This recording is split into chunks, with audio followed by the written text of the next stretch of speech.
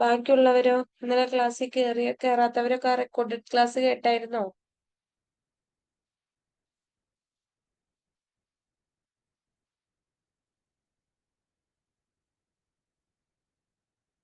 Answer ഇല്ല. ശ്രുതി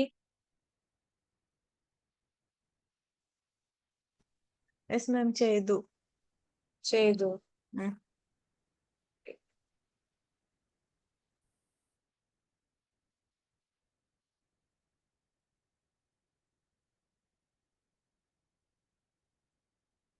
ഇനി അടുത്തത് നമുക്ക് കുറച്ച് ഫങ്ഷൻസ് ഒരെണ്ണം പറയാൻ ബാക്കിയുണ്ട്. ഡാറ്റാബേസ് ഫങ്ഷൻസ് പറയാനുണ്ട്.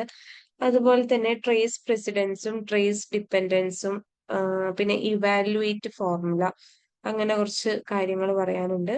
അത് കഴിഞ്ഞാൽ പവർ പിവോട്ട് എന്ന് പറയുന്ന ഒരു ഏരിയനെ കുറിച്ചാണ് നമുക്ക് പറയാനുള്ളത്.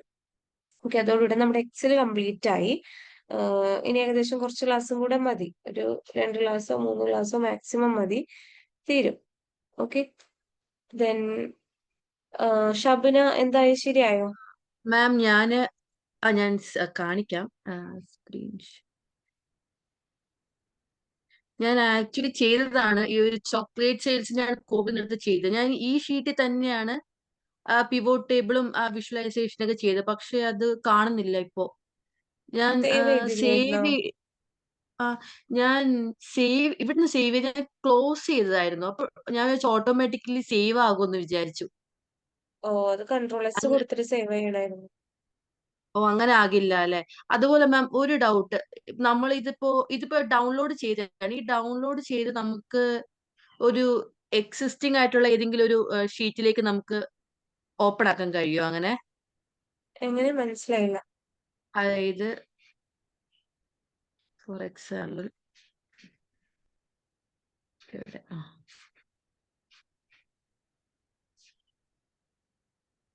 അതായത് ഞാൻ ഇപ്പൊ ഇതിന്റെ ഒരു വർക്ക് ബുക്ക് ആണ് എന്ന് വെച്ചോളൂ. അപ്പോ എനിക്ക് ഇതിലേക്ക് തന്നെ ഈ വർക്ക് ബുക്കിലെ ഒരു ഷീറ്റിലേക്ക് തന്നെ എനിക്ക് അത് ഡൗൺലോഡ് ചെയ്യാൻ പറ്റുമോ ഡേറ്റാബേസ്? ആ ഡാറ്റാ സെറ്റിനെ ഇതിലോട്ട് എടുക്കാൻ പറ്റുമോ? ഇമ്പോർട്ട് ചെയ്യാനായിട്ട് പറ്റും. ആ ഡാറ്റ ടാബ് ഇല്ലേ, അവിടെ കാണുന്ന ഡാറ്റ ടാബ് ഇല്ലേ, ആ ആ ഡാറ്റ ടാബിനകത്ത് ഗെറ്റ് ഡാറ്റ എന്നുള്ളൊരു ഓപ്ഷൻ കാണാൻ പറ്റും. ആ ഗെറ്റ് ഓക്കെ ഡാറ്റേന്റെ അകത്ത് നമുക്കിപ്പോ എക്സൽ ഫയൽ ആണെങ്കിൽ ഫ്രം എക്സൽ വർക്ക് ബുക്ക് എന്നുള്ള ഓപ്ഷൻ എടുക്കാം.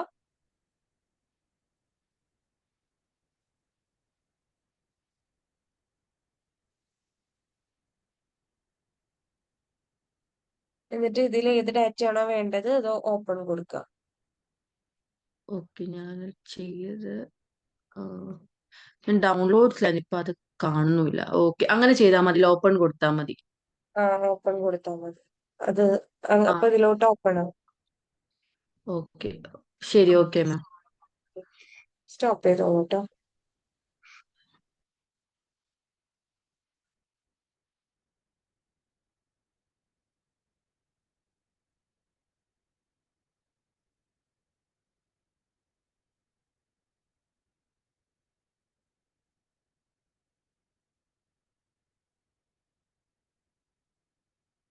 നമുക്ക് ആദ്യം ഈ എന്താ പറയാ, ഡാഷ്ബോർഡിന്റെ സെക്ഷൻ കഴിഞ്ഞിട്ടില്ല.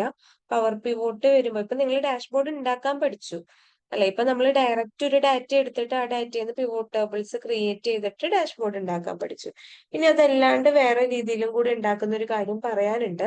അതിന് മുമ്പ് നമുക്ക് ട്രേസ് പ്രസിഡൻസും അതേപോലെ ഇവാലുവേറ്റ് ഫോർമുല എന്ന് പറയുന്ന ഒക്കെ കുറച്ച് കാര്യങ്ങൾ നമുക്ക് നോക്കാനുണ്ട്. അതൊക്കെ ഈ ഫോർമുലാസിന്റെ അണ്ടറിൽ വരുന്നതാണ്. Trace precedents, evaluate formula, trace dependents എന്നൊക്കെ പറയുന്നത്.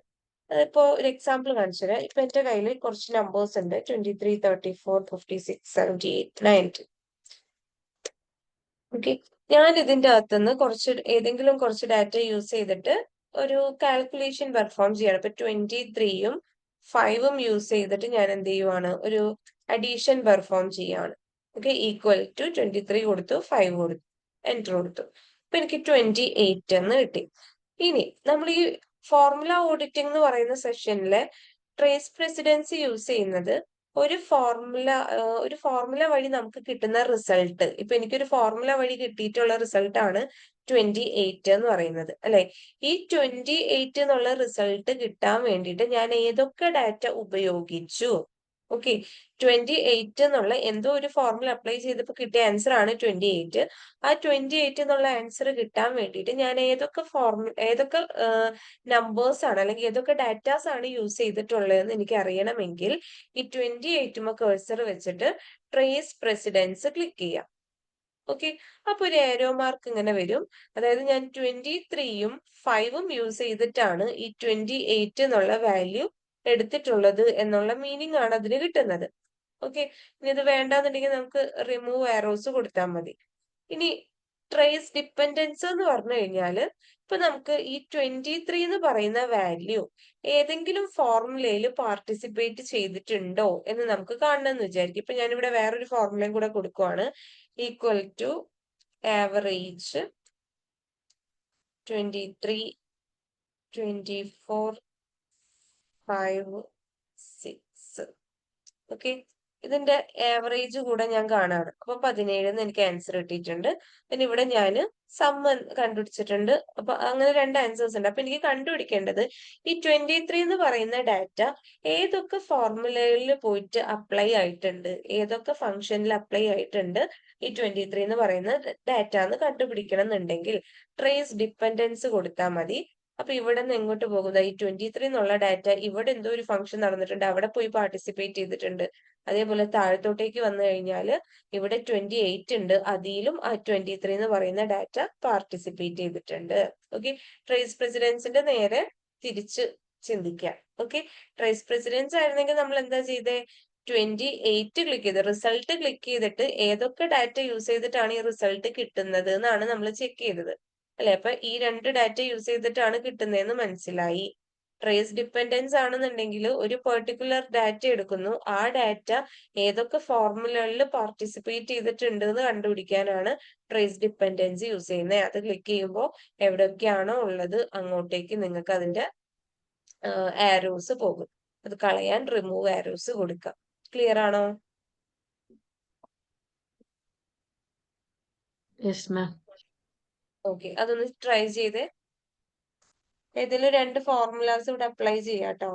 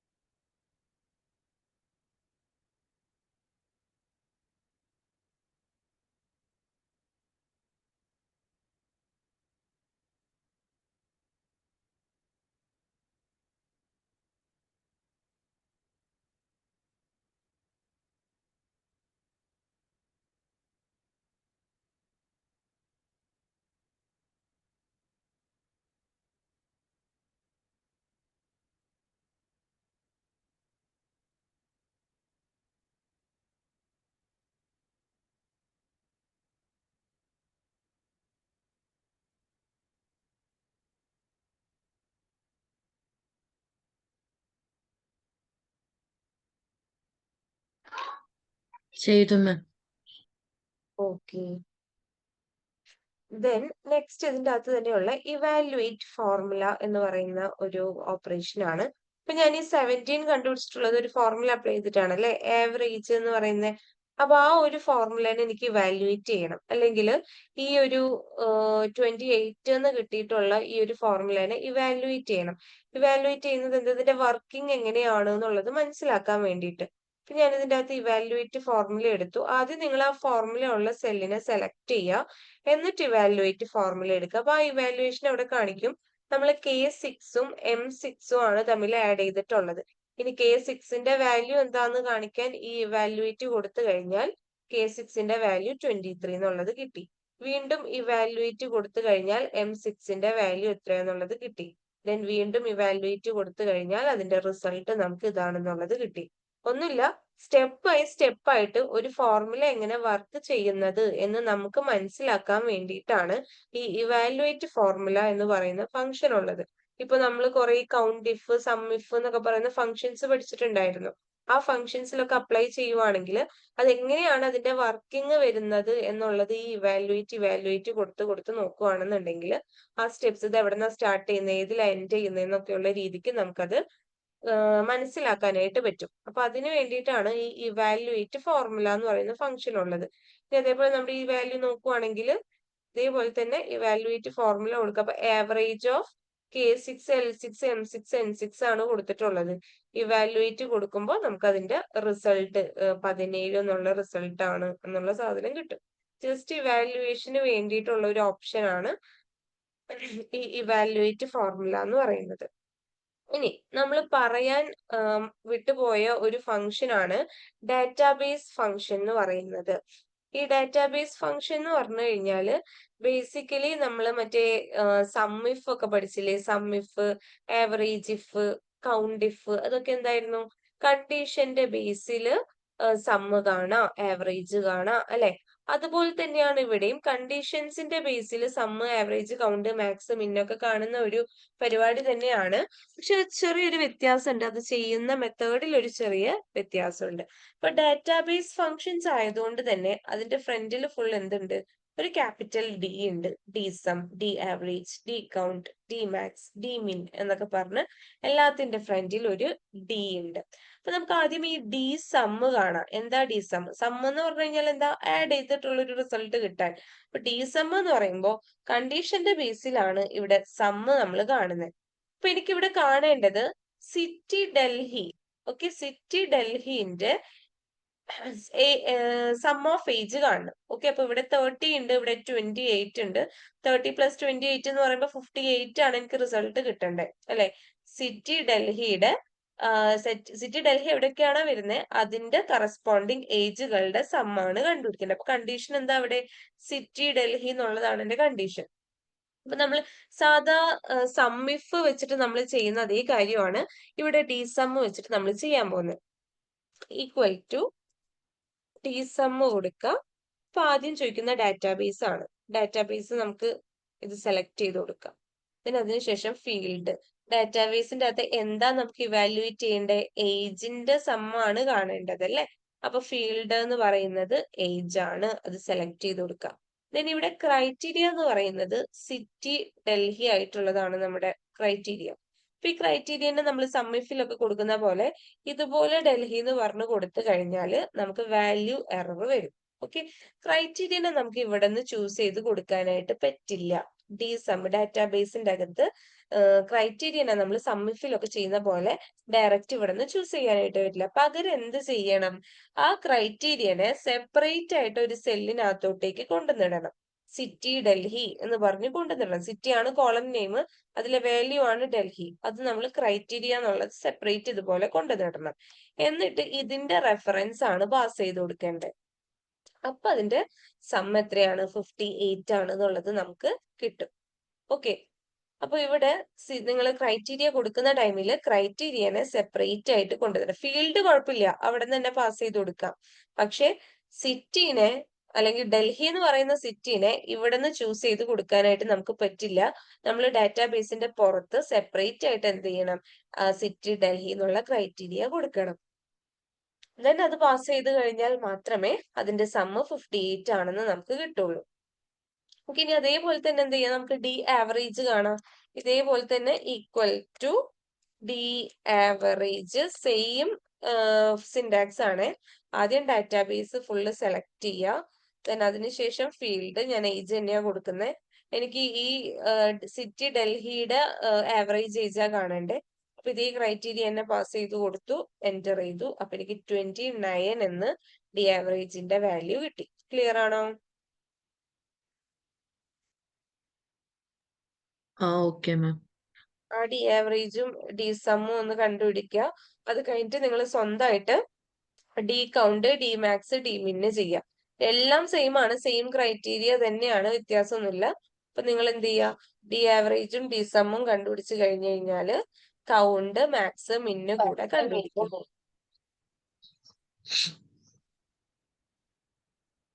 Daddy works so much because he wants to be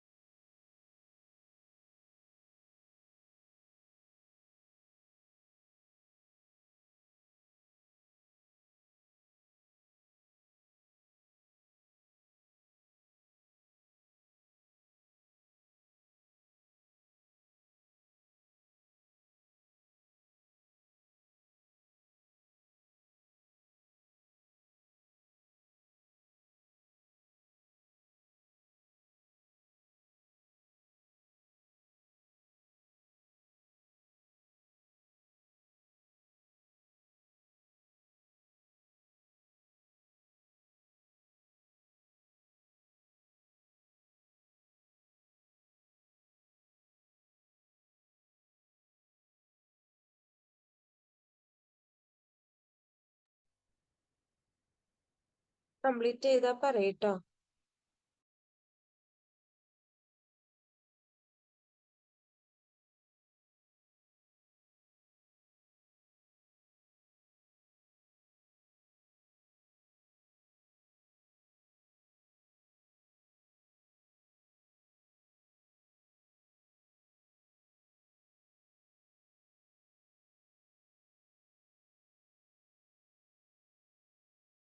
ആ മാം ഒരു ഡൗട്ട്, ഈ ഡി കൗണ്ട് കാണുമ്പോഴേ മാം ഇപ്പോ സിറ്റിയുടെ കൗണ്ടാ കാണുന്നെങ്കിൽ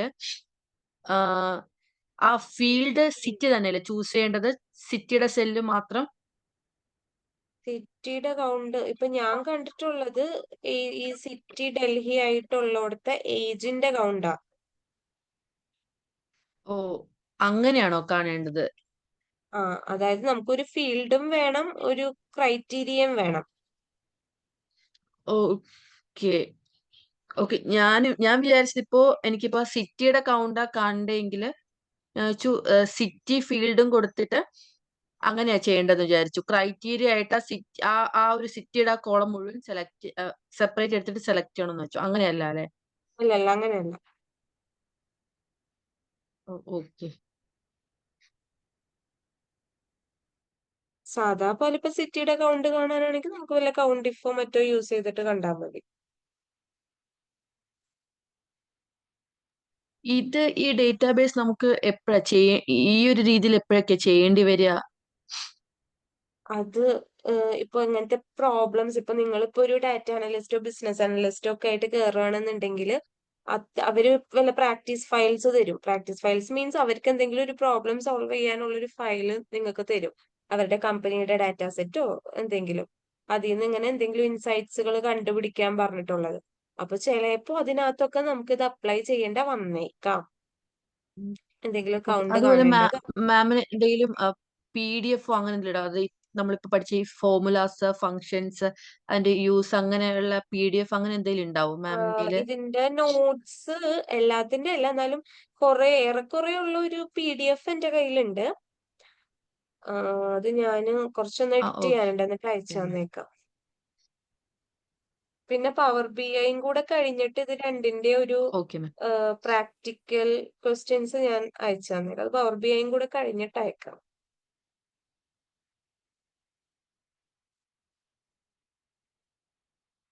ഇത് കംപ്ലീറ്റ് ആയോ?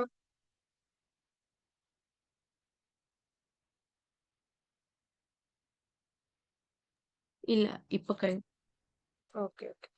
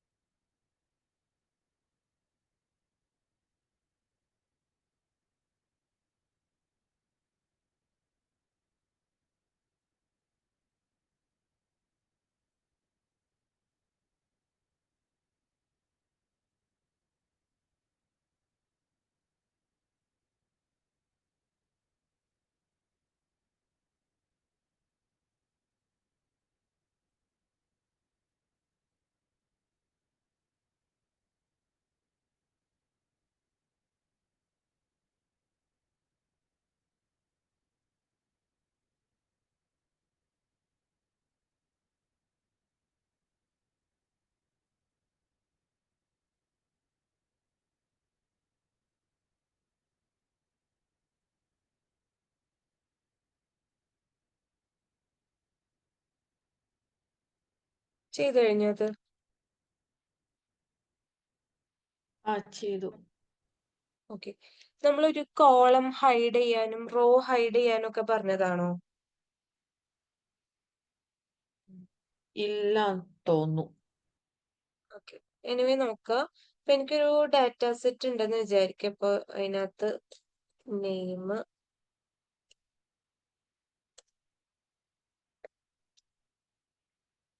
ഏജ്,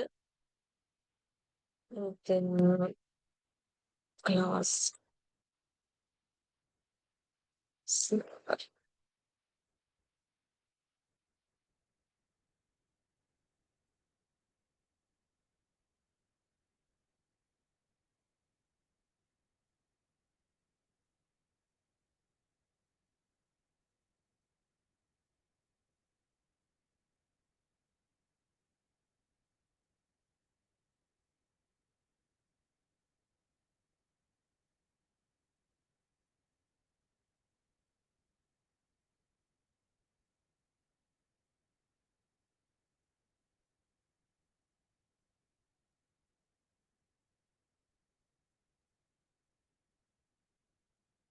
ഇതാണ് എൻ്റെ ഒരു ഡാറ്റ. ഈ ഡാറ്റയിലത്തെ ഇപ്പൊ ഏതെങ്കിലും ഒരു കോളം നിങ്ങൾക്ക് ഹൈഡ് ചെയ്യണം, അല്ലെങ്കിൽ ഏതെങ്കിലും ഒരു റോ നിങ്ങൾക്ക് ഹൈഡ് ചെയ്യണം, അല്ലെങ്കിൽ ഇതിന്റെ രണ്ടിന്റെ ഇടയ്ക്ക് പുതിയൊരു കോളം ആഡ് ചെയ്യണം. ഇങ്ങനെയുള്ള പരിപാടികൾ എങ്ങനെയാ ചെയ്യാന്നാ നോക്കണേ. അപ്പൊ നമുക്ക് ആദ്യം ഇപ്പൊ ക്ലാസ്സിനെ ഹൈഡ് ചെയ്ത് വെക്കണം എന്ന് വിചാരിക്കാം. ക്ലാസ് എനിക്ക് ഡിലീറ്റ് ചെയ്യണ്ട, കാരണം എനിക്കത് പിന്നീട് ആവശ്യമുണ്ട്. പക്ഷെ ഇപ്പൊ തൽക്കാലത്തിന് ആവശ്യമില്ലെങ്കിൽ അതിനെന്ത് ചെയ്യാം, ഹൈഡ് ചെയ്യാം. ഹൈഡ് ചെയ്യാനായിട്ട് നിങ്ങൾ ആ കോളം ആദ്യം സെലക്ട് ചെയ്തതിന് ശേഷം Ctrl 0 കൊടുക്കുക. ഓക്കെ, Ctrl 0 കൊടുത്തു കഴിഞ്ഞാൽ ആ കോളം ഹൈഡ് ആകും. Ctrl 0. അത് നമ്മൾ യൂസ് ചെയ്യുന്നത് കോളം ഹൈഡിന് വേണ്ടിയിട്ട്. ദെൻ അത് കഴിഞ്ഞു കഴിഞ്ഞാൽ ഇനിയിപ്പോ അത് തിരിച്ചു വേണമെന്നുണ്ടെങ്കിലോ, നമുക്കിപ്പോ നമ്മൾ കൊടുത്ത സാധനം ഹൈഡ് ചെയ്തതിന് അൺഹൈഡ് ചെയ്യണമെന്നുണ്ടെങ്കിൽ ഇവിടെ ഹോം ടാബിനകത്തോട്ടേക്ക് വരാം. അതില് ഫോർമാറ്റില് ഹൈഡ് ആൻഡ് അൺഹൈഡില് അൺഹൈഡ് കോളംസ് കൊടുക്കാം. ഓക്കെ, Ctrl 0 കൊടുത്ത് ഹൈഡ് ചെയ്യുക. ദെൻ ഇവിടെ ഫോർമാറ്റിനകത്തോട്ടേക്ക് വന്നിട്ട് ഹൈഡ് ആൻഡ് അൺഹൈഡില് അൺഹൈഡ് കോളംസ് കൊടുക്കുക. അപ്പൊ അതവിടെ തിരിച്ചു കിട്ടും. ഇനി നിങ്ങൾക്ക് ഏതെങ്കിലും ഒരു റോ ഹൈഡ് ചെയ്യണമെങ്കിൽ, ഇപ്പൊ എനിക്ക് 7th റോ ഹൈഡ് ചെയ്യണമെങ്കിൽ അത് ആദ്യം സെലക്ട് ചെയ്തതിന് ശേഷം Ctrl 9 കൊടുക്കുക. ഓക്കെ, Ctrl 9 കൊടുക്കുന്നത് റോ ഹൈഡ് ചെയ്യാനും Ctrl 0 കൊടുക്കുന്നത് കോളം ഹൈഡ് ചെയ്യാനും വേണ്ടിയിട്ടാണ്. ഇനി ഇത് തിരിച്ചെടുക്കാൻ ഇതേപോലെ തന്നെ പോവാ. ഫോർമാറ്റിനകത്തുനിന്ന് ഹൈഡ് ആൻഡ് അൺഹൈഡില് അൺഹൈഡ് റോസ് കൊടുക്കുക. അപ്പൊ അത് തിരിച്ചു കിട്ടും. Okay, unhide rose. അപ്പൊ Ctrl 0 Ctrl 9 അതൊന്നും ഇവിടെ താഴെ നോട്ട് ചെയ്ത് വെച്ചോ. Ctrl+0 ആണെങ്കിൽ നമുക്ക് കോളം ഹൈഡും, അതേപോലെ തന്നെ Ctrl+9 ആണെങ്കിൽ നമുക്ക് റോ ഹൈഡും നടക്കും. ഓക്കെ, ദെൻ നെക്സ്റ്റ് നമുക്കൊരു പുതിയ കോളം ഇൻസേർട്ട് ചെയ്യണം എന്ന് വിചാരിക്കാം. ഇപ്പൊ ഏജിന്റെയും ക്ലാസിന്റെ ഇടയ്ക്ക് പുതിയ കോളം ഇൻസേർട്ട് ചെയ്യണം എന്ന് വിചാരിക്കാം. അങ്ങനെയാണെങ്കിൽ ക്ലാസ്സിനെ സെലക്ട് ചെയ്തതിനു ശേഷം ഒന്നില്ലെങ്കിൽ ഇവിടെ ഇൻസേർട്ടിൽ പോയിട്ടൊക്കെ നിങ്ങൾക്ക് ഇൻസേർട്ട് ചെയ്യാം. പക്ഷെ ഞാൻ പറയുന്നത് ഷോർട്ട് കീ ആണ്. അത് സെലക്ട് ചെയ്തതിനു ശേഷം Ctrl+Shift+ കൊടുക്കുക. ഓക്കെ, ആ കോളം സെലക്ട് ചെയ്തതിനു ശേഷം Ctrl+Shift+. അപ്പൊ ഇതേപോലെ ഒരു ഓപ്ഷൻസ് വരും. അതിൽ ഞാനിപ്പോ ഷിഫ്റ്റ് സെൽസ് റൈറ്റാ കൊടുക്കുന്നത്. അതായത് സെലക്ട് ചെയ്ത് വെച്ച സെൽസിന് ഒന്ന് റൈറ്റിലോട്ട് ഷിഫ്റ്റ് ചെയ്തിട്ട് അതിരുന്നിരുന്ന സ്ഥലത്ത് ഒരു പുതിയ കോളം ക്രിയേറ്റ് ചെയ്യാനാണ് പറഞ്ഞു കൊടുക്കുന്നത്. ഇത് ഓക്കെ കൊടുത്തു കഴിഞ്ഞാൽ ഇത് അവിടെ ഉണ്ടായിരുന്ന സെല്ലിന് ഒന്ന് റൈറ്റിലോട്ട് ഷിഫ്റ്റ് ചെയ്തു. എന്നിട്ട് അത് ഇരുന്നിരുന്ന സ്ഥലത്ത് എന്തായി, പുതിയൊരു കോളം ആഡ് ആയിട്ടുണ്ട്. ഓക്കെ, ഇനി നമുക്ക് പുതിയൊരു റോ ആണ് ആഡ് ചെയ്യേണ്ടെങ്കിലോ, ആ റോ നമ്മൾ ഇതുപോലെ സെലക്ട് ചെയ്യുന്നു. ദെൻ Ctrl+Shift+ കൊടുക്കുന്നു. അപ്പൊ ദാ ഇവിടെ 4ന്റെ 5ന്റെ ഇടയ്ക്ക് എനിക്ക് പുതിയൊരു റോ ക്രിയേറ്റ് ആയിട്ടുണ്ട്. Ctrl+Shift+ തന്നെ. റോ ആണെങ്കിൽ റോ സെലക്ട് ചെയ്തിട്ട് കൊടുക്കണം, കോളം ആണെങ്കിൽ കോളം സെലക്ട് ചെയ്തിട്ട് കൊടുക്കണം. ഇനി ഡിലീറ്റ് ചെയ്യാനാണെങ്കിലോ, ഇപ്പൊ എനിക്ക് ക്രിയേറ്റ് ചെയ്തത് വേണ്ട, അപ്പൊ എന്ത് ചെയ്താൽ മതി, ജസ്റ്റ് Ctrl- കൊടുക്കുക. അത് സെലക്ട് ചെയ്തതിന് ശേഷം Ctrl- കൊടുക്കുക. ഇനി അതേപോലെ തന്നെ റോ കളയണം, അല്ല കോളം കളയണം എന്നുണ്ടെങ്കിൽ കോളം സെലക്ട് ചെയ്തതിന് ശേഷം Ctrl- കൊടുക്കുക.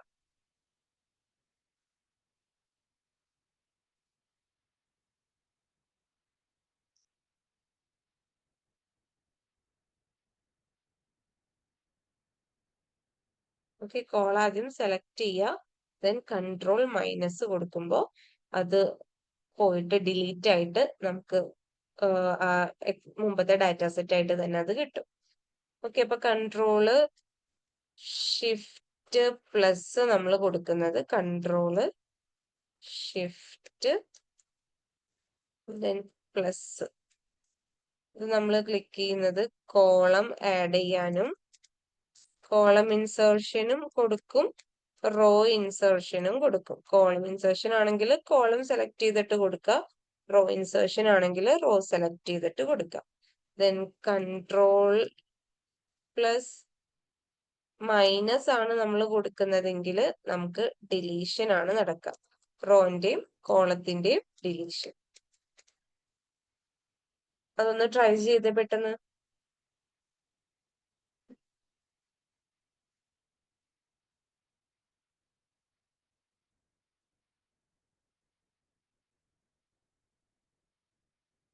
ഇതിനു മുമ്പ് വേറെയും ഷോർട്ട് കീസ് പറഞ്ഞിട്ടുണ്ടായിരുന്നു കേട്ടോ. കൺട്രോൾ പ്ലസ് ഇ എന്ന് പറയുന്നത് ഫ്ലാഷ് ഫിൽ ആണ്.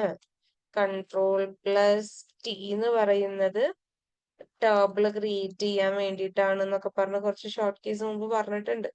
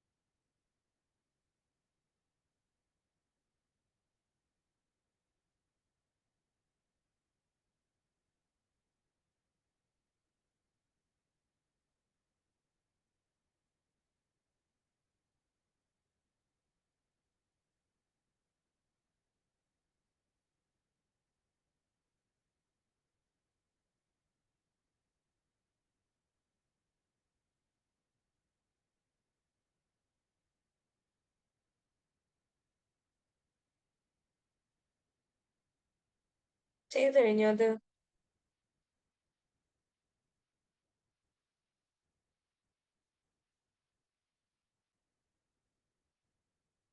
ചെയ്ത് കംപ്ലീറ്റ് ആകുമ്പോ ചെയ്തു മാം, പറയട്ടോ. ഓക്കെ, ചെയ്തു.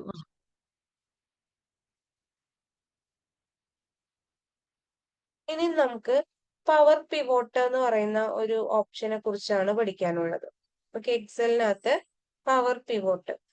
ഈ പവർ പിവോട്ടിന്റെ ഒരു ആവശ്യം നമുക്ക് വരുന്നത് എപ്പോഴാന്ന് വെച്ച് കഴിഞ്ഞാല് നമ്മൾ ഓൾറെഡി കണ്ടു ഈ ഒരു എക്സൽ ഫയലിനകത്ത് സപ്പോർട്ട് ചെയ്യുന്ന ഡാറ്റാസിന്റെ ഒരു എണ്ണം അല്ലെ. നമ്മളിവിടെ കേഴ്സർ വെച്ചിട്ട് കൺട്രോൾ ഡൗൺ ഏരോ ക്ലിക്ക് ചെയ്ത് കഴിഞ്ഞാല് നമ്മൾ ഇതിന്റെ ലാസ്റ്റിലോട്ട് എത്തും. 10,48,576. അതാണ് അതിന്റെ ഒരു ലിമിറ്റ്.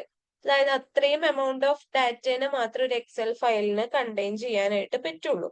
ഇതിൽ കൂടുതൽ ഡാറ്റ വന്നു കഴിഞ്ഞാൽ സാധാ ഒരു എക്സൽ ഫയലിന് അതിനെ അക്സെപ്റ്റ് ചെയ്യാനായിട്ട് പറ്റില്ല. അപ്പൊ അങ്ങനെ ഒരു സിറ്റുവേഷൻ വരുമ്പോ ഏറ്റവും കൂടുതൽ ഡാറ്റാസ് ഇതിന്റെ ലിമിറ്റിനേക്കാളും എബവ് ആയിട്ടുള്ള ഡാറ്റാസ് വരുമ്പോൾ എക്സലിനെ സപ്പോർട്ട് ചെയ്യാൻ വേണ്ടിയിട്ട് യൂസ് ചെയ്യുന്ന ഒരു ടൂൾ ആണ് പവർ പിവോട്ട് എന്ന് പറയുന്നത്. ഈ ഹ്യൂജ് ഡാറ്റാസിനെ സപ്പോർട്ട് ചെയ്യാൻ വേണ്ടിയിട്ട് നമ്മൾ പവർ BIന്റെ കൂടെ യൂസ് ചെയ്യുന്ന ഒന്നാണ് പവർ പിവോട്ട്. ഓക്കെ, നമ്മൾ എക്സൽ ഇൻസ്റ്റാൾ ചെയ്യുമ്പോൾ അതിന്റെ കൂടെ പവർ പിവോട്ട് എന്നുള്ള ഓപ്ഷൻ ഉണ്ടെങ്കിലും നമ്മൾ അത് മാനുവലി ആക്ടിവേറ്റ് ചെയ്താൽ മാത്രമേ ഈ ടൂൾ യൂസ് ചെയ്യാൻ പറ്റുള്ളൂ. ഇപ്പൊ എനിക്ക് ഇവിടെ പവർ പിവോട്ട് എന്നുള്ള ഓപ്ഷൻ ഉണ്ട്, പക്ഷെ നിങ്ങൾക്ക് അത് ഉണ്ടായിക്കൊള്ളണം എന്നില്ല. ബിക്കോസ് ഇത് ഞാൻ മാനുവലി എന്ത് ചെയ്തതാണ്, ഇതിനകത്തോട്ടേക്ക് ആഡ് ചെയ്തതാണ്. നിങ്ങളുടെ അത് ഉണ്ടാവില്ല, ഉണ്ടാവണമെങ്കിൽ നിങ്ങൾ അത് എന്ത് ചെയ്യണം, ആഡ് ചെയ്യണം. മാനുവലി നമ്മൾ തന്നെ അതിനെ ആഡ് ചെയ്യണം. സംഭവം എക്സൽ ഇൻസ്റ്റാൾ ചെയ്യുമ്പോൾ തന്നെ, സിസ്റ്റത്തിലോട്ട് ഇൻസ്റ്റാൾ ചെയ്യുമ്പോൾ തന്നെ അതിന്റെ ഒപ്പം ഈ പവർ പിവോട്ടും ഇൻസ്റ്റാൾ ആവുന്നുണ്ട്. പക്ഷെ അത് നമുക്ക് കാണാനായിട്ട് പറ്റില്ല, അത് ഇതിന്റെ ഉള്ളിലായിരിക്കും ഉണ്ടാവുക. അത് വേണമെങ്കിൽ നമ്മൾ അതിനെ മാനുവലി എടുക്കണം. അതെങ്ങനെ എടുക്കാന്ന് ഞാൻ പറഞ്ഞുതരാം. പിന്നെ ഈ ഹ്യൂജ് ഡാറ്റ വന്നാൽ ഹാൻഡിൽ ചെയ്യാനായിട്ട് പവർ പിവോട്ട് യൂസ് ചെയ്യും. അതുപോലെ ഡാറ്റ ടേബിൾസ് തമ്മിൽ റിലേഷൻഷിപ്പ് കൊടുക്കാൻ വേണ്ടിയിട്ട്, ഇപ്പൊ നമ്മുടെ കയ്യിൽ ഹ്യൂജ് ഡാറ്റ ഉള്ള മൾട്ടിപ്പിൾ ഷീറ്റുകൾ ഉണ്ടെന്ന് വിചാരിച്ചോ. ഇപ്പൊ ഒരു എക്സൽ ഫയലിനകത്ത് മൾട്ടിപ്പിൾ ഷീറ്റുകൾ ഉണ്ടാവാം അല്ലെ. അതുപോലെ ഹ്യൂജ് ഡാറ്റ കണ്ടെയ്ൻ ചെയ്യുന്ന മൾട്ടിപ്പിൾ ഷീറ്റ്സ് നമ്മുടെ കയ്യിൽ ഉണ്ടെങ്കിൽ ആ മൾട്ടിപ്പിൾ ഷീറ്റ്സ് തമ്മിൽ ഒരു റിലേഷൻഷിപ്പ് കൊടുക്കണം. റിലേഷൻഷിപ്പ് കൊടുത്താലേ നമുക്ക് കറക്റ്റ് ആയിട്ടുള്ള ഒരു ആൻസർ അല്ലെങ്കിൽ കറക്റ്റ് ആയിട്ടുള്ള ഒരു വിഷ്വലൈസേഷൻ, ഇപ്പൊ നിങ്ങൾ അത് വെച്ചിട്ട് ഒരു പവർ ക്വറി ഒക്കെ വെച്ച് അല്ല പവർ പിവോട്ട് വെച്ചിട്ട് പിവോട്ട് ടേബിൾ ഒക്കെ വെച്ചിട്ട് ഒരു വിഷ്വലൈസേഷൻ കാണിക്കുന്നുണ്ടെങ്കിൽ കറക്റ്റ് വിഷ്വലൈസേഷൻ ആയിട്ട് കിട്ടണമെങ്കിൽ അതിന്റെ അകത്ത് ചാർട്ടുകൾ തമ്മിൽ റിലേഷൻഷിപ്പ് കൊടുത്തിട്ടുണ്ടായിരിക്കണം. എങ്ങനെയാ റിലേഷൻഷിപ്പ് കൊടുക്കുക, അല്ലെങ്കിൽ എന്തിനാ റിലേഷൻഷിപ്പ് കൊടുക്കുന്നതെന്ന് ആദ്യം നോക്കാം. ഇപ്പൊ എന്റെ കയ്യിൽ സപ്പോസ് ഷീറ്റ് 1-നകത്ത് ഒരു സെയിൽസ് ഡാറ്റ ആണെന്ന് വിചാരിച്ചോ, സെയിൽസ് ഡാറ്റ. ദെൻ ഷീറ്റ് 2-നകത്ത് അതേ സെയിൽസ് ഡാറ്റയുടെ തന്നെ റീജിയൻ ബേസ് ഡാറ്റയാണ് ഉള്ളതെന്ന് വിചാരിക്കാം. ദെൻ അടുത്തതിനകത്ത് സെയിൽസ് ഡാറ്റയുടെ റീജിയൻ, ദെൻ പ്രൊഡക്റ്റിനെ കുറിച്ചിട്ടുള്ള ഒരു ഡാറ്റ ഉണ്ട്. ദെൻ നെക്സ്റ്റ് നമ്മുടെ കസ്റ്റമേഴ്സിനെ കുറിച്ചിട്ടുള്ള ഒരു ഡാറ്റയും കൂടി ഉണ്ട്. ഈ എല്ലാ ഡാറ്റയും തമ്മിൽ അങ്ങോട്ടും ഇങ്ങോട്ടും കണക്റ്റഡ് ആണ്. ഓക്കെ, കസ്റ്റമേഴ്സിനെ കുറിച്ചുള്ള ഡാറ്റ ഉണ്ട്. അപ്പൊ മെയിൻ ഡാറ്റ എന്ന് പറയുന്നത് സെയിൽസ് ഡാറ്റയാണ്. ദെൻ അതുമായി ബന്ധപ്പെട്ട് കിടക്കുന്ന സബ് ഡാറ്റാസ് ആണ് ഈ റീജിയണും പ്രൊഡക്റ്റും കസ്റ്റമേഴ്സും. എങ്കിൽ നമ്മൾ എന്ത് ചെയ്യണം എന്ന് വെച്ച് കഴിഞ്ഞാല് ഈ ഓരോ ഷീറ്റും തമ്മിൽ എന്ത് ചെയ്യണം, റിലേഷൻഷിപ്പ് കൊടുക്കണം. റിലേഷൻഷിപ്പ് കൊടുത്താൽ മാത്രമേ നമുക്ക് കറക്റ്റ് ആയിട്ടുള്ള ഒരു ആക്യുറേറ്റ് റിസൾട്ട് കിട്ടുള്ളൂ.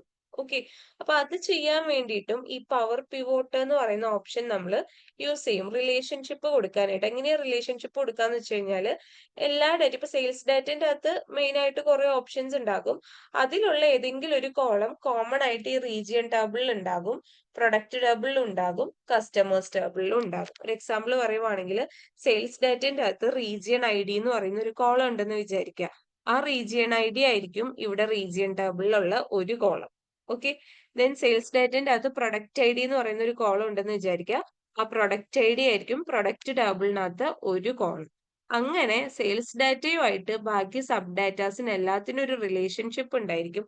അത് അതിന്റെ കോമൺ ഫീൽഡ് വെച്ചിട്ടുള്ള റിലേഷൻഷിപ്പ് ആയിരിക്കും. എല്ലാത്തിനും കോമൺ ഫീൽഡ് എന്തായിരിക്കും, സെയിൽസ് ഡാറ്റയുമായിട്ട് ഉണ്ടായിരിക്കും. അപ്പൊ ആ കോമൺ ഫീൽഡ് വെച്ചിട്ടാണ് നമ്മൾ റിലേഷൻഷിപ്പ് ഒക്കെ കൊടുക്കുന്നത്. അത്തരത്തിൽ റിലേഷൻഷിപ്പ് കൊടുക്കാൻ വേണ്ടിയിട്ടും ഈ പറയുന്ന പവർ പിവോട്ട് എന്നുള്ള ഓപ്ഷൻസ് നമ്മൾ യൂസ് ചെയ്യും. അതേപോലെ തന്നെ നമുക്ക് നമ്മളിവിടെ മാത്തമാറ്റിക്കൽ ഫംഗ്ഷൻസ്, ആ ഫംഗ്ഷൻസ്, ഈ ഫംഗ്ഷൻസ് ഒക്കെ യൂസ് ചെയ്യുന്നുണ്ടല്ലോ. ഇത്തരത്തിൽ പവർ പിവോട്ടിന്റെ അകത്തും നിങ്ങൾക്ക് ഫംഗ്ഷൻസ് അപ്ലൈ ചെയ്യാനായിട്ട് പറ്റും. ദെൻ ഇത് ആഡ് ചെയ്യാൻ വേണ്ടിയിട്ട് നിങ്ങൾ ഫയൽസിൽ ഓപ്ഷൻസ് എടുക്കുക. ഫയൽസിൽ ഓപ്ഷൻസ് എടുക്കുക. ഓപ്ഷൻസിന്റെ അകത്ത് ആഡ് ഇൻസ് എന്ന് പറയുന്ന ഒരു ഓപ്ഷൻ കാണാൻ പറ്റും, അത് ക്ലിക്ക് ചെയ്യുക. ആഡ് ഇൻസ്, ഫയൽസിൽ ഓപ്ഷൻസ് എടുക്കുക. ഓപ്ഷൻസിൽ ആഡ് ഇൻസ്, ആഡ് ഇൻസിനകത്ത് മാനേജ് എന്ന് പറയുന്ന ഒരു ഓപ്ഷൻ കാണാൻ പറ്റും. ആ മാനേജ് ക്ലിക്ക് ചെയ്യുക. ഈ മാനേജിനകത്ത് ഈ കോം ആഡ് ഇൻസ് എന്നുള്ളൊരു ഓപ്ഷൻ ഉണ്ട്, അത് ക്ലിക്ക് ചെയ്യുക. ഓക്കെ, മാനേജിനകത്ത് കോം ആഡ് ഇൻസ് എന്നുള്ളൊരു ഓപ്ഷൻ ഉണ്ട്, അത് ക്ലിക്ക് ചെയ്യുക. ഗോ കൊടുക്കുക. ദെൻ ഇതിന്റെ അകത്ത് അപ്പൊ ഇങ്ങനെ ഒരു വിൻഡോ വരും, കോം ആഡിൻസ് എന്ന് പറഞ്ഞിട്ട് ഇങ്ങനെ ഒരു വിൻഡോ വരും. അതിൽ നിന്ന് ഈ മൈക്രോസോഫ്റ്റ് പവർ പിവോട്ട് ഫോർ എക്സലില് ആഡ് ചെയ്യുക, ഓക്കെ കൊടുക്കുക.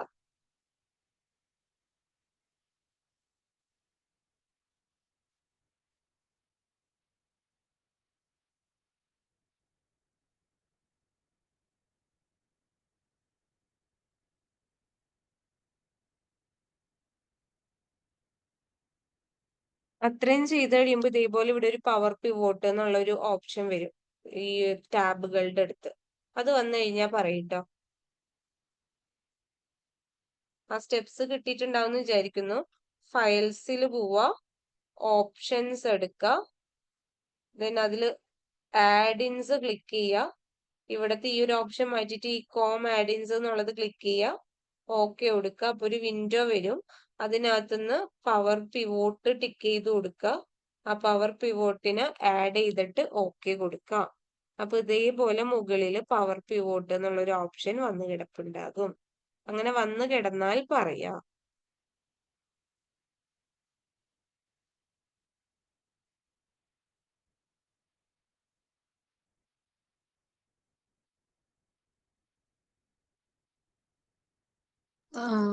മാം അവിടെ ആ power pivot Excel select add കൊടുക്കുമ്പോ ഒരു ഒരെണ്ണം ഫയൽ നെയിം സേവ് ചെയ്യാൻ പറഞ്ഞിട്ട് ഒരു വിൻഡോ വരുന്നുണ്ട്. ഒന്ന് സ്ക്രീൻ ഷെയർ ചെയ്യോ? ആ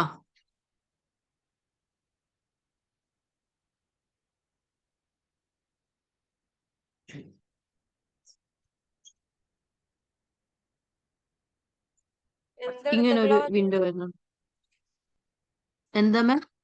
ഒന്നുകൂടി ആ സ്റ്റെപ്പ് ഒന്ന് ചെയ്തേ, ഫസ്റ്റ് തൊട്ട് ചെയ്തേ. ആ. സേവ് ഒന്നും എനിക്കറിയില്ലെന്ന്.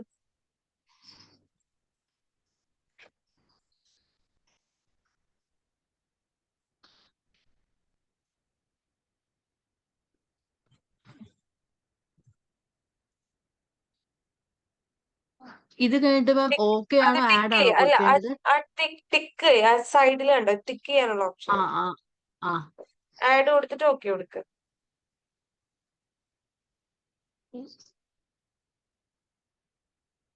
ഫയൽ നെയിം വീണ്ടും വരുന്നുണ്ടല്ലേ. എന്നാ ആഡ് കൊടുക്കാണ്ട് ഓക്കെ കൊടുത്തേ.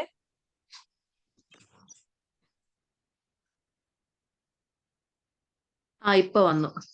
പവർ പിവോട്ട് മുകളിൽ വന്നില്ലേ? ആ.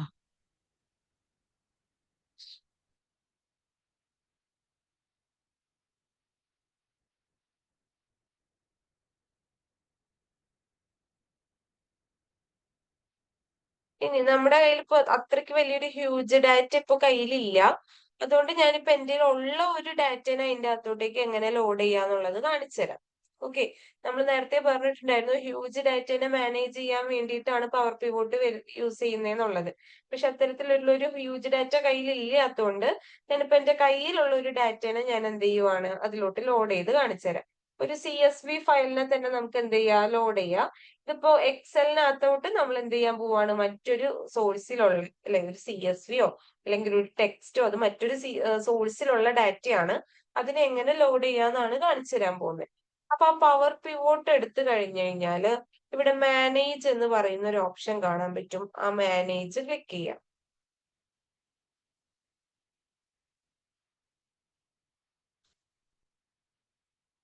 മാനേജ് ക്ലിക്ക് ചെയ്യുമ്പോൾ the power pivot for Excel എന്ന് പറഞ്ഞിട്ട് നമ്മൾ പുതിയൊരു വിൻഡോയിലോട്ട് പോകും. നേരത്തെ ഉണ്ടായിരുന്ന എക്സൽ ഷീറ്റ് അല്ല, ഇപ്പൊ പവർ പിവോട്ട് ഫോർ വിൻഡോസ് എന്ന് പറയുന്ന പുതിയ ഷീറ്റിനകത്തോട്ടേക്കാണ് നമ്മൾ വന്നിട്ടുള്ളത്. പുതിയൊരു വിൻഡോ, പുതിയൊരു ഷീറ്റ് എന്നല്ല, പുതിയൊരു വിൻഡോയിലോട്ടാണ് നമ്മൾ വന്നിട്ടുള്ളത്. ഇനി ഇതിലോട്ട് നമുക്ക് എന്ത് ചെയ്യണം, ഞാനിപ്പോ ഈ പറഞ്ഞ എന്റെ ഒരു CSV ഫയലാണ് എനിക്ക് ഇതിലോട്ട് ലോഡ് ചെയ്യേണ്ടത്. ആ CSV ഫയലിനെ ലോഡ് ചെയ്യണം. അപ്പൊ അതിന് വേണ്ടിയിട്ട് ഇവിടെ ഈ ഫ്രം അതർ സോഴ്സ് എന്നുള്ള ഓപ്ഷൻ എടുക്കുക. ഫ്രം അതർ സോഴ്സ് എന്നുള്ള ഓപ്ഷന്റെ അകത്ത് താഴെ ടെക്സ്റ്റ് ഫയൽ എന്ന് പറയുന്ന ഒരു ഓപ്ഷൻ ഉണ്ട്. നമ്മുടെ CSV ഫയലിനെ ആണെങ്കിലും ടെക്സ്റ്റ് ഫയലിനെ ആണെങ്കിലും ലോഡ് ചെയ്യാൻ വേണ്ടിയിട്ട് നമ്മൾ യൂസ് ചെയ്യുന്ന ടെക്നിക്കാണ് ഈ ടെക്സ്റ്റ് ഫയൽ എന്ന് പറയുന്നത്. CSV ഫയലും അതിൻ്റെ അകത്ത് ലോഡ് ആകും. അപ്പോ ടെക്സ്റ്റ് ഫയലും ആണെങ്കിൽ ടെക്സ്റ്റ് ഫയലും ലോഡ് ആവും. ഞാൻ ഈ ടെക്സ്റ്റ് ഫയല് ക്ലിക്ക് ചെയ്യുന്നു. ക്ലിക്ക് ചെയ്യുന്ന ടൈമിൽ അവർ എന്നോട് ഒരു ടെക്സ്റ്റ് ഫയലിന്റെ പാത്ത് അവിടെ ചോദിക്കുന്നുണ്ട്. എന്റെ കയ്യിലുള്ള ഒരു ടെക്സ്റ്റ് ഫയൽ അവരവിടെ ചോദിക്കുന്നുണ്ട്. അപ്പൊ ഞാൻ ഈ കലോറീസ് എന്ന് പറയുന്ന ഈ ഒരു ടെക്സ്റ്റ് ഫയലാണ്, ടെക്സ്റ്റ് അല്ല CSV ഫയലാണ് ഞാൻ എടുക്കുന്നത്. അതെന്ത് ചെയ്യുന്നു, ഡബിൾ ക്ലിക്ക് ചെയ്ത് കൊടുക്കുക അല്ലെങ്കിൽ ഓപ്പൺ ചെയ്ത് കൊടുക്കാം. ദെൻ ആ ഒരു ഫയലിന്റെ പ്രിവ്യൂ ഇങ്ങ് താഴത്തോട്ടേക്ക് വരുന്നുണ്ട്.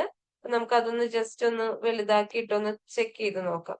അപ്പൊ നോക്കുവാണെങ്കിൽ ഈ യൂസർ ID, ജെൻഡർ, ഏജ് എന്നൊക്കെ പറയുന്നത് എന്റെ ഈ കോളത്തിന്റെ ഹെഡിങ്സ് ആണ്. പക്ഷെ അതൊരു ഡാറ്റ ആയിട്ടാ വന്നിട്ടുള്ളത്. അപ്പൊ നമ്മൾ എന്ത് ചെയ്യണം, അതിനെ കോളം ഹെഡിങ്സ് ആക്കിയിട്ട് മാറ്റണം. എങ്ങനെ മാറ്റും? ദാ ഇവിടെ use first row as column headers എന്നുള്ള ഒരു ഓപ്ഷൻ ഉണ്ട്, അത് ക്ലിക്ക് ചെയ്യുക.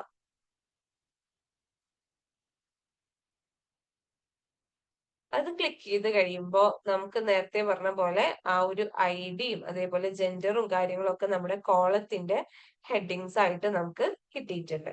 അപ്പൊ അങ്ങനെ ഡാറ്റ റെഡി ആയി കഴിഞ്ഞു കഴിഞ്ഞാല്, കുഴപ്പമൊന്നും ഇല്ലാണ്ട് റെഡി ആയി കഴിഞ്ഞു കഴിഞ്ഞാല്, ഇപ്പൊ ഇതിനകത്ത് 50 റോസേ ഉള്ളൂ കേട്ടോ. ഞാൻ പറഞ്ഞത് ഹ്യൂജ് ഡാറ്റ സപ്പോർട്ട് ചെയ്യാൻ വേണ്ടിയിട്ട് അത് യൂസ് ചെയ്യുന്നത്. പക്ഷെ നമ്മളിൽ ഇല്ലാത്തതുകൊണ്ട് നമ്മൾ ഉള്ള ഒരു സാധനം എടുത്ത് ചെയ്യുന്നു. ഇത് വൺസ് അത് ഓക്കെ ആയി കഴിഞ്ഞു കഴിഞ്ഞാൽ, അതായത് നിങ്ങൾ അതിന് ടൈറ്റിലൊക്കെ സെറ്റ് ചെയ്ത് കഴിഞ്ഞു കഴിഞ്ഞാൽ നിങ്ങൾക്ക് ഫിനിഷ് കൊടുക്കാം. ഫിനിഷ് കൊടുക്കുമ്പോൾ ഇമ്പോർട്ട് ആയിക്കൊണ്ടിരിക്കുകയാണെന്ന് പറഞ്ഞിട്ട് ഇങ്ങനെ കാണിക്കും. വൺസ് അത് ഇമ്പോർട്ട് ആയി കഴിഞ്ഞാൽ സക്സസ് എന്ന് പറഞ്ഞ് കാണിക്കും. ദെൻ നിങ്ങൾ ഇമ്പോർട്ട് ആയി കഴിഞ്ഞാൽ ക്ലോസ് കൊടുക്കാം. ഇത് ക്ലോസ് കൊടുക്കാം. ദെൻ ഇപ്പൊ നമുക്ക് ആ ഒരു ഡാറ്റ സെറ്റ് ഈ ഒരു ഫോമിൽ കിട്ടിയിട്ടുണ്ട്. ഇപ്പോഴും ഈ ഡാറ്റ ഇരിക്കുന്നത് നമ്മുടെ പവർ പിവോട്ട് ഫോർ എക്സലിലാണ്. അതായത് എക്സലിന് വേണ്ടിയിട്ട് ഉണ്ടാക്കിയിട്ടുള്ള പവർ പിവോട്ടിലാണ് ആ ഒരു ഡാറ്റ ഇരിക്കുന്നത്. നമുക്ക് ഇനി എന്ത് ചെയ്യാം, ഈ ഡാറ്റ വെച്ചുകൊണ്ട് ഇതിനെ വിഷ്വലൈസ് ചെയ്യാം. ഇന്നലെ ഡാഷ്ബോർഡ് ക്രിയേറ്റ് ചെയ്തതല്ലേ നമ്മള്, അതുപോലെ ഇനി ഈ ഡാറ്റ വെച്ചുകൊണ്ട് നമുക്ക് എന്ത് ചെയ്യാം, വിഷ്വലൈസ് ചെയ്യാം. എങ്ങനെ ചെയ്യാം? പിവോട്ട് ടേബിൾ ഉണ്ടാക്കിയാലേ വിഷ്വലൈസ് ചെയ്യാൻ പറ്റുള്ളൂ അല്ലെ. ഇത് വെച്ചിട്ട് പിവോട്ട് ടേബിൾ ഉണ്ടാക്കാം. ദാ ഇവിടെ പിവോട്ട് ടേബിൾ എന്നുള്ള ഓപ്ഷൻ കണ്ടില്ലേ ഹോം ടാബിന്റെ അകത്ത്, അത് ക്ലിക്ക് ചെയ്യാം. അത് ക്ലിക്ക് ചെയ്യുമ്പോൾ ദാ ഇവിടെ നമ്മളോട് ചോദിക്കും പുതിയ വർക്ക്ഷീറ്റിൽ വേണോ അതോ എക്സിസ്റ്റിംഗ് വർക്ക്ഷീറ്റിൽ വേണോ പിവോട്ട് ടേബിൾ ക്രിയേറ്റ് ചെയ്യണ്ടേ എന്ന് ചോദിക്കും. അപ്പൊ എനിക്ക് ഇതിന്റെ അകത്ത് എക്സിസ്റ്റിംഗ് വർക്ക്ഷീറ്റിൽ തന്നെ ക്രിയേറ്റ് ചെയ്താൽ മതി. അതുകൊണ്ട് ഞാൻ എക്സിസ്റ്റിംഗ് വർക്ക്ഷീറ്റ് ചൂസ് ചെയ്തു, ഓക്കെ കൊടുത്തു. ഇവിടെ വീണ്ടും ഓക്കെ കൊടുക്കുക. അപ്പൊ ഇതാ നേരത്തെ മുമ്പ് ഇന്നലെ വന്ന പോലത്തെ പിവോട്ട് ടേബിളിന്റെ ഓപ്ഷൻ വന്നു. ഇനി ഇതിനെ നമ്മൾ സാധാ ചെയ്യുന്ന പോലെ പിവോട്ട് ടേബിൾ ഓപ്ഷൻസിൽ പോയിട്ട് ഡിസ്പ്ലേയിൽ പോയിട്ട് ക്ലാസിക് പിവോട്ട് ടേബിൾ ഓപ്ഷൻസ് കൊടുത്ത് ഓക്കെ കൊടുക്കുക. പിന്നെ ഇതിലോട്ട് വേണ്ട ഡാറ്റാസ് നമുക്ക് പാസ് ചെയ്ത് കൊടുക്കാം. ഈ കലോറീസിന്റെ അകത്തുനിന്ന് എനിക്കിപ്പോ കാണേണ്ടത് age based on sum of age അല്ല, ഈ ഏജിനെ ഞാനിപ്പോ റോസിലോട്ട് ഇടാണ്. എനിക്ക് ഓരോരുത്തരുടെ ഏജിന്റെ ബേസിൽ അവരുടെ കലോറീസ് എത്രയുണ്ടെന്ന് ചെക്ക് ചെയ്യണം. ഓക്കെ, അപ്പോ 20 വയസ്സായ അയാളുടെ സം ഓഫ് കലോറി ആണ് കൊടുത്തിട്ടുള്ളത്. 21 വയസ്സായ ആളുടെ, 22 വയസ്സായ ആളുടെ, അങ്ങനെ അപ് ടു 79 വയസ്സ് വരെയുള്ള ആളുകളുടെ സം ഓഫ് കലോറീസ് ആണ് അവിടെ നമുക്ക് കിട്ടിയിട്ടുള്ളത്. ഓക്കെ, ദെൻ ഇനി അതിൽ കൂടെ എനിക്ക് ആളുടെ ബോഡി ടെമ്പറേച്ചർ കൂടെ അറിയണമെന്നുണ്ടെങ്കിൽ അതുകൂടെ ആഡ് ചെയ്ത് കൊടുക്കുക. ദെൻ അതുകൂടെ ആഡ് ചെയ്ത് കഴിയുമ്പോൾ ഏജിനനുസരിച്ച് സം ഓഫ് കലോറീസും ബോഡി ടെമ്പറേച്ചറും കിട്ടും. ഓക്കെ, ദെൻ സാധാ പോലെ ഇനി എന്ത് ചെയ്യുക, അടുത്ത ക്രൈറ്റീരിയ ഉണ്ടാക്കാൻ വേണ്ടിയിട്ട് ഇതിനെ തന്നെ കോപ്പി ചെയ്ത് പേസ്റ്റ് ചെയ്തിടുക, അടുത്ത ക്രൈറ്റീരിയാസ് കൊടുക്കുക. അങ്ങനെ അങ്ങനെ അങ്ങനെ ലാസ്റ്റ് നമ്മൾ എന്ത് ചെയ്യും, ഇതിന് വേണ്ടിയിട്ട് ചാർട്ടുകൾ ക്രിയേറ്റ് ചെയ്യും. ചാർട്ട് അവിടെ തന്നെ ഇത് ഇവിടെ പിവോട്ട് ടേബിൾ അനലൈസിൽ പോയിട്ട് പിവോട്ട് ചാർട്ടിൽ നിന്ന് തന്നെ സാധാ പോലെ ചാർട്ടുകളൊക്കെ നമ്മൾ ആഡ് ചെയ്ത് ഒരു ഡാഷ്ബോർഡ് ക്രിയേറ്റ് ചെയ്യും. ഓക്കെ, സെയിം മെത്തേഡ് ആണ്. പവർ പിവോട്ട് വെച്ചിട്ട് ഡാറ്റ ലോഡ് ചെയ്യുന്നു എന്നുള്ളൊരു വ്യത്യാസം മാത്രമേ വരുന്നുള്ളൂ. ഓക്കെ, പവർ പിവോട്ട് വെച്ചിട്ട് ഡാറ്റ ലോഡ് ചെയ്യേണ്ട അവസ്ഥ വരാനുള്ള കാരണം എന്താ, നമ്മുടെ കയ്യിൽ ഹ്യൂജ് ഡാറ്റ വരുമ്പോഴാണ് നമ്മൾ അത്തരത്തിൽ ഒരു സിറ്റുവേഷനിലോട്ട് പോകുന്നത്. അങ്ങനെ ഹ്യൂജ് ഡാറ്റ വന്നാൽ മാത്രം പവർ പിവോട്ട് വെച്ചിട്ട് നമുക്ക് ചെയ്താൽ മതി, അല്ലെങ്കിൽ സാധാ പോലെ തന്നെ അതിനെ വിഷ്വലൈസ് ചെയ്ത് കാണിക്കാം. വൺസ് നിങ്ങൾക്ക് ഒരു ഹ്യൂജ് ഡാറ്റയാണ് വരുന്നതെങ്കിൽ അതൊരു CSVയോ ടെക്സ്റ്റോ ഫയൽ ആണെന്നുണ്ടെങ്കിൽ നമ്മൾ ഈ പറഞ്ഞ പോലെ മാനേജ് ഡാറ്റയിൽ പോയിട്ട് ഫ്രം അതർ സോഴ്സിന്റെ അകത്തുനിന്ന് ഇവിടെ താഴെ ഉണ്ടാകും ടെക്സ്റ്റ് ആണെങ്കിലും CSV ആണെങ്കിലും ഒക്കെ എടുക്കാനായിട്ട്. ഇനി ടെക്സ്റ്റ് ഓർ CSV അല്ല എക്സൽ ഫയൽ ആണെങ്കിൽ എക്സൽ ഫയലിനെ തന്നെ ലോഡ് ചെയ്ത് കൊടുക്കുക. ദെൻ അതിനുശേഷം ഇതേപോലെ തന്നെ പിവോട്ട് ടേബിൾ ആക്കുക, പിവോട്ട് ടേബിളിൽ നിന്ന് ചാർട്ട് ആക്കുക, ദെൻ സാധാ പോലെ ഡാഷ്ബോർഡ് ആക്കുക. ക്ലിയർ ആണോ?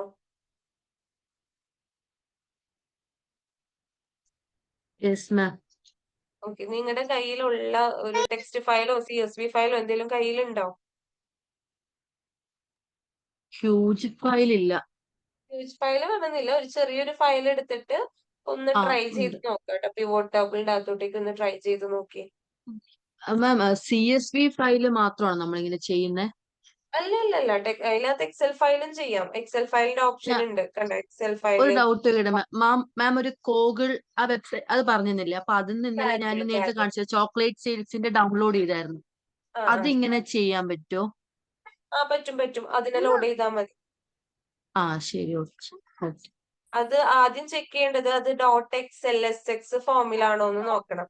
ഒരു എക്സൽ ഫയൽ ആണെങ്കിൽ അതിന്റെ എക്സ്റ്റൻഷൻ എന്ന് പറയുന്നത് .xlsx എന്നോ അല്ലെങ്കിൽ .xls എന്നോ അങ്ങനെ എന്തെങ്കിലും ആയിരിക്കും. എക്സൽ ഫയൽ ആണെങ്കിൽ. CSV ഫയൽ ആണെങ്കിൽ .csv എന്ന് പറഞ്ഞിട്ടായിരിക്കും ഉണ്ടാവുക. അപ്പൊ ആദ്യം അതിന്റെ എക്സ്റ്റൻഷൻ ഏതാന്ന് പോയിട്ടൊന്ന് ചെക്ക് ചെയ്ത് നോക്കണം. എക്സൽ ആണെന്നുണ്ടെങ്കിൽ XLSX എന്നൊക്കെയുള്ള ഫോം ആണെന്നുണ്ടെങ്കിൽ ഈ എക്സൽ ഫയൽ വെച്ചിട്ട് വേണം ഇമ്പോർട്ട് ചെയ്യാനായിട്ട്. ഇനി CSV ഫയൽ അല്ലെങ്കിൽ TXT ഫയൽ ഒക്കെ ആണെന്നുണ്ടെങ്കിൽ ഈ ടെക്സ്റ്റ് ഫയൽ എന്നുള്ള ഓപ്ഷൻ വെച്ചിട്ട് വേണം അതിന് ഇതിലോട്ട് കണക്ട് ചെയ്യാനായിട്ട്. നമ്മള് പുതിയൊരു വർക്ക് ബുക്ക് എടുത്തിട്ടല്ലേ ഇത് ഇമ്പോർട്ട് ചെയ്യേണ്ടത്? അതോ പുതിയ വർക്ക് ഷീറ്റ് എടുത്തിട്ട് ചെയ്തോ. എക്സിസ്റ്റിംഗ് ആയിട്ടുള്ളതിൽ ചെയ്യണ്ട, പുതിയത് എടുത്തിട്ട് ചെയ്യാം.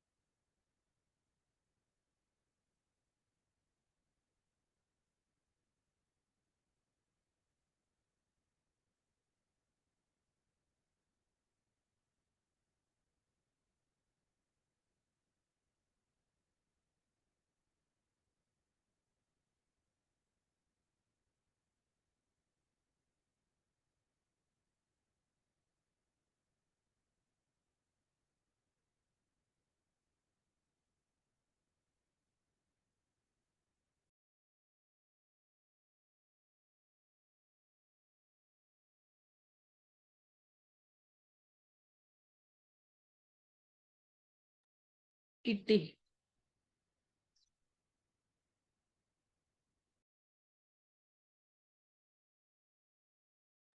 ഓക്കെ, കംപ്ലീറ്റ് ആയെങ്കിൽ നിങ്ങൾ ലീവ് ചെയ്തോളൂ കേട്ടോ. ഇതിന്റെ ബാക്കി നാളെ എടുക്കാം. Okay ma'am. ഓക്കെ.